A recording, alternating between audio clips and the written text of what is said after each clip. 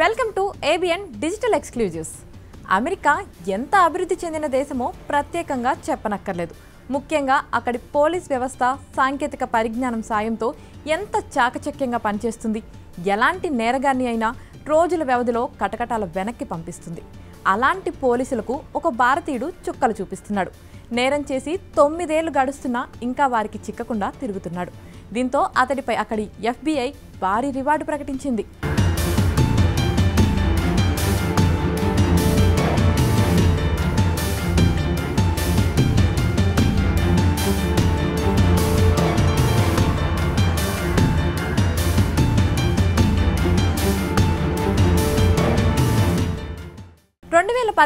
April 12న మేరీల్యాండ్లోని హనోవర్లో జరిగిన ఓ హత్య అప్పట్లో సంచలనం రేపింది.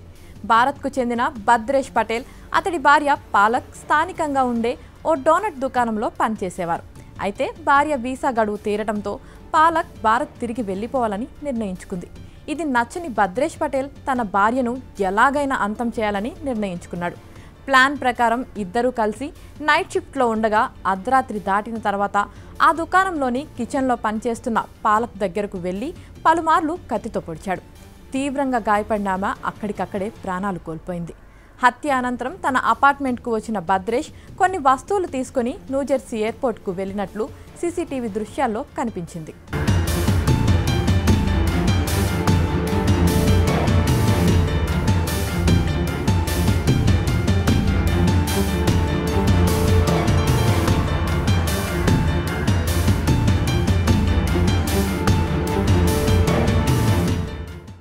దీంతో నిందితుడిని పట్టుకునేందుకు FBI అధికారులు తీవ్రంగా గాలించారు.